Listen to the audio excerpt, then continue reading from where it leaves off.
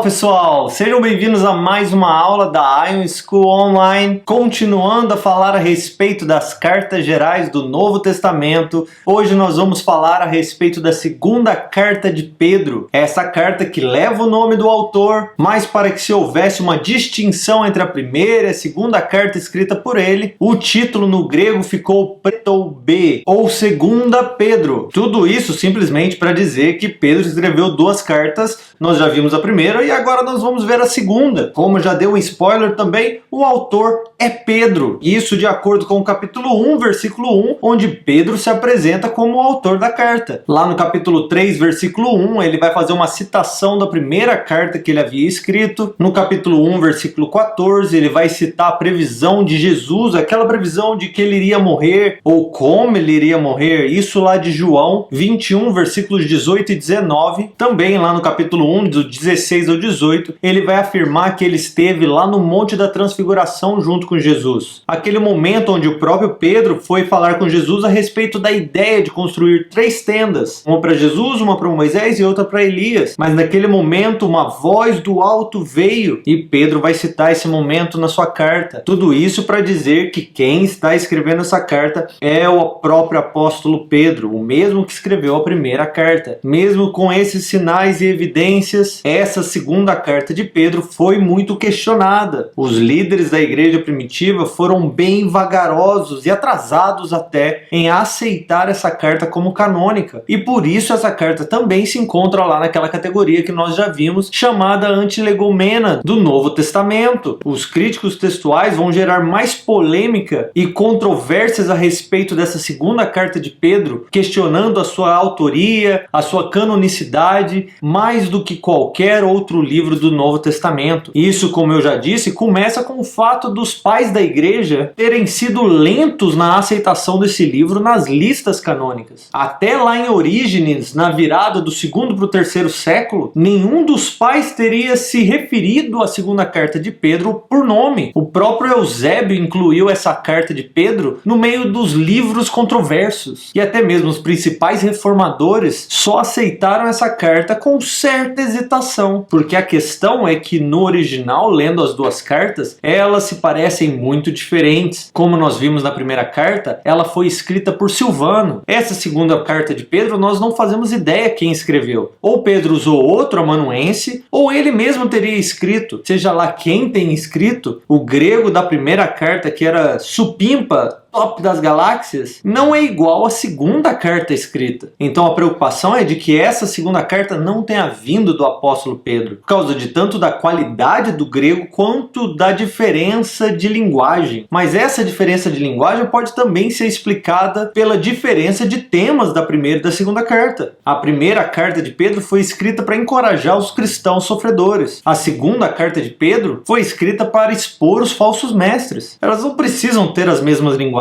E essas diferenças de temas também podem explicar até mesmo essas ênfases diferentes das duas cartas. Por exemplo, em uma carta, Pedro vai falar sobre a vinda do Senhor como estando próxima. Na outra carta, ele vai falar da vinda do Senhor como uma espera a ser aguardada, se referindo a esse atraso, a essa jornada de espera, né? Mas no final das contas, o que não faz sentido mesmo é de que um falso mestre ou um falso apóstolo, escrevendo aqui em nome de Pedro, escreva falsamente uma carta para pregar contra falsos mestres. Isso é que não faz sentido algum. E se você for olhar nessa carta, ela não contém nenhum novo ensino, nenhuma nova doutrina e nenhum falso ensino também. Então, em outras palavras, nós poderíamos dizer que se foi alguém falso além de Pedro escrevendo, ele escreveu essa carta sem razão nenhuma, porque os cristãos já tinham tudo isso doutrinariamente ensinado a eles. Só faria sentido se o próprio Pedro estivesse escrevendo logo no fim da vida dele para encorajar e exortar eles contra os falsos mestres e profetas. Falando a respeito da datação dessa carta, nós sabemos que Nero morreu em 68 d.C. e a tradição cristã vai nos dizer que Pedro morreu martirizado durante a perseguição de Nero. Então essa carta precisa ter sido escrita antes da morte de Nero. Por isso a maioria dos historiadores vai datar essa carta por volta de 67 a 68 d.C., um pouquinho antes de Pedro se tornar um mártir, que segundo a tradição teria morrido crucificado de cabeça para baixo porque ele não achava buscava ser digno de morrer da mesma maneira que o seu Senhor. Aquele que primeiro encorajou os cristãos sofredores, agora estava a ponto de sofrer também e sofrer fielmente ao Senhor Jesus Cristo. O versículo-chave dessa carta seria 2